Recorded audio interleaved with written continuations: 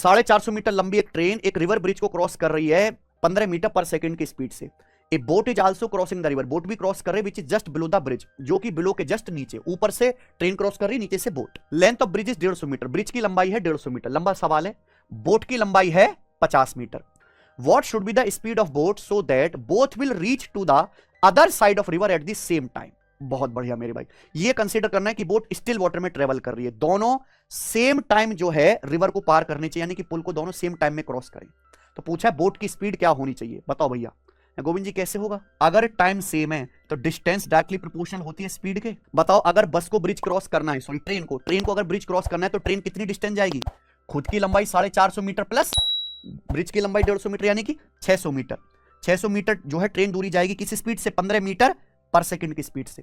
अगर बोट को वही ब्रिज क्रॉस करना है, बोट 50 मीटर लंबी है, ब्रिज 150 मीटर लंबा है, तो बोट को कितनी डिस्टेंस क्रॉस करनी पड़ेगी? 50 प्लस 150 यानी कि 200 मीटर। तो बोट को किस स्पीड से चलना पड़ेगा, निकालना है, तो क्या ये सेम नहीं होना चाहिए? जो डिस्टेंस का रेशियो वही स्पीड का रेशियो है कि नहीं सचिन? अगर टाइम सेम है तो ये 3 गुना हो गया मेरे भाई। तो क्या आ गया बोट की स्पीड? 15/3 यानी कि 5 मीटर पर सेकंड। बेस्ट तरीका है ना करने का। 12,000 रुपए पर 9 महीने के लिए 20% की दर से कंपाउंड इंटरेस्ट क्या होगा अगर ब्याज क्वार्टरली कंपाउंड है? क्वार्टरली का मतलब हर 3 महीने में कंपाउंड होता है। हमारे पास 9 महीने का समय है, अगर ब्याज क्वार्टरली कंपाउंड हो रहा है तो हर 3 महीने में सक्सेसिव इंक्रीज होगा। ब्याज की दर 1 साल में 20% है, तो 3 महीने में कितना ब्याज होगा? बटे 4 5%, यानी कि आपको जो ब्याज मिलेगा कंपाउंड 5% 5% 5% का सक्सेसिव मिलेगा। 5 का 3 बार सक्सेसिव क्या होता है? 15.7625%। याद होना चाहिए, 10 का 3 बार सक्सेसिव 33.1%।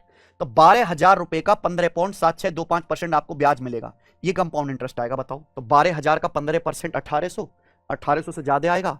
12,000 का 16% भी अगर हम करें, 12,000 का 16% तो 2,000 क्रॉस नहीं करेगा, 1920 से कम रहेगा ये आंसर। तो हमेशा ऑप्शन से उड़ाने की सोचिए। आइए, अगर m - n 4 है, m cube - n cube 1216, m गुणा n का मान बताइए। सीट सेल द्वारा 25 का सवाल है सेम।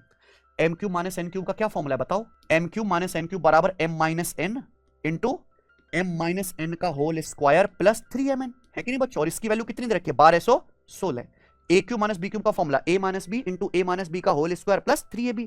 केवल आपको यहां पे वैल्यू रखनी है। बताइए 4 से अगर हम देखेंगे, 4 3 12, 0 4 चौक 16, तो 304 में से आप लोग 16 घटाएंगे तो कितना आएगा? 304 में से 16 घटाएंगे 288। तो mn की वैल्यू क्या आएगी? 288/3, 3 आम 27 और 3 से 18 96। तो 96 सवाल का आंसर हो गया प्यारे भाई। चलिए आखिरी सवाल, सवाल number 25। A factories yearly budget for the purchase of employ protection shoes increased by 60% this year over last year. एक फैक्ट्री अपने एम्प्लॉय के लिए जूता खरीदती है, जूते का बजट 60% बढ़ गया पिछले साल से।